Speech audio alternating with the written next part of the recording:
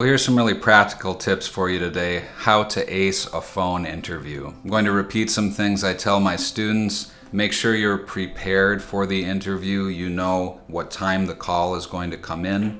You know what time zone the interview is scheduled for. Make sure you're free and make sure you have access to a quiet space where there aren't going to be interruptions. There's no dog barking, there's no roommates coming in and slamming doors. It's really, really important. And I've had interviews in the past where, say, a plane went overhead. When I was out in Oregon, I was on a Skype call with the university, and my interviewers were not very pleased about that plane. So really control the conditions of your interview as much as you can, and that'll also grant you some confidence when you feel in control of the situation. Second tip here, try this: stand. Stand while you're on the phone interview. Don't sit down, because you're going to, again, just kind of imbue more natural confidence into that interview. You're going to speak, you're going to have better sort of, and I don't know the physics necessarily here, but I think that your lungs will be a little bit more free to breathe and to articulate and to speak confidently.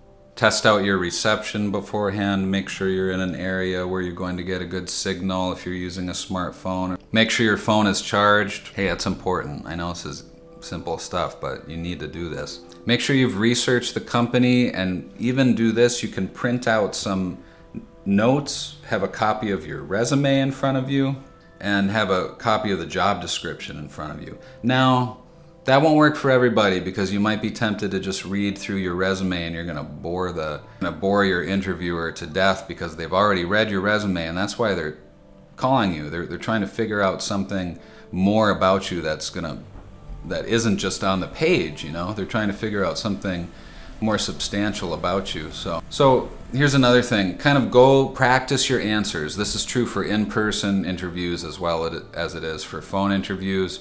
But just practice your routine interview questions. What are your strengths? What are your weaknesses?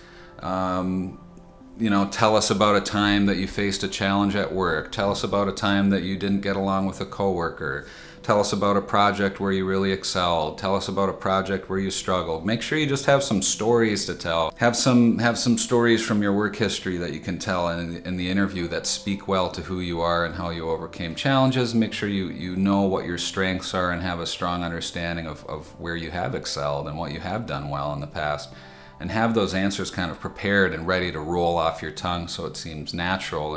And really it should be natural. It should be a conversation. Like, get to know yourself. If you get to know yourself really well, you'll ace interviews, because you're speaking genuinely about your own skills and your own self in a way that makes sense. Be able to repeat back to your interviewer what you think the company does and what you think the job is for. This is important. So make sure you really read the job description. Make sure you're signing up for, you know what you're signing up for, and have a vague understanding of what the company does.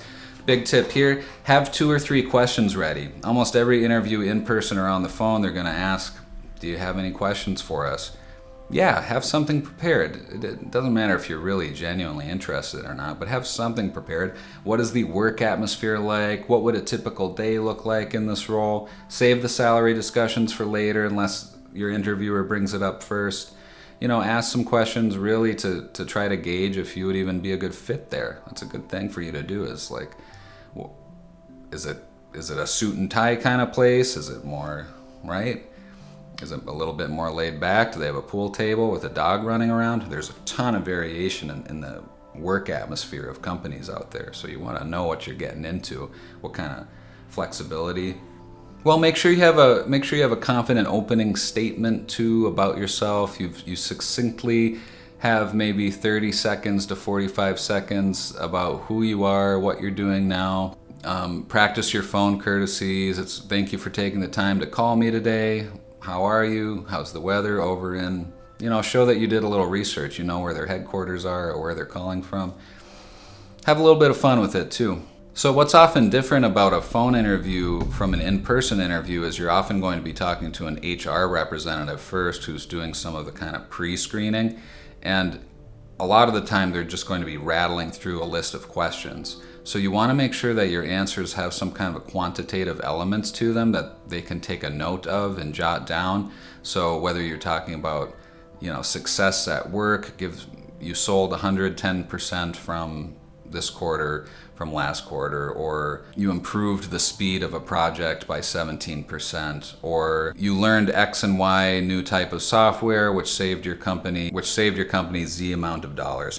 Have some kind of, quantitative measurement of your success that they're going to be, if you're speaking with an HR representative, they're not an expert in your field, so they're just going to be jotting down notes and probably passing them along to the department director or whoever is the hiring manager for this position. So you want to speak articulately about your subject matter knowledge in the field that you're going into as well as you can anyway, especially for, say, specialist and up-level positions getting into management. Other things for phone interviews, again, just make sure you answer the call on time. You know when the call is coming in. Clear connection, speak confidently, not too loudly. Make sure there's no distracting noises. Make sure you're in a quiet place. Make sure your phone is charged. And then at the end of the interview, what are the next steps? Ask, what are the next steps? How do we take this to the next place? So on and so on. And that's good advice too for in-person interviews or face-to-face interviews. All right, take care of yourselves out there. Hope this was helpful for someone. Probably the big things, the big main differences, I would say, still dress up, still put yourself together, have your cup of coffee, drink a glass of water beforehand. If coffee gives you jitters, then pass on the coffee. You don't want to be jittery.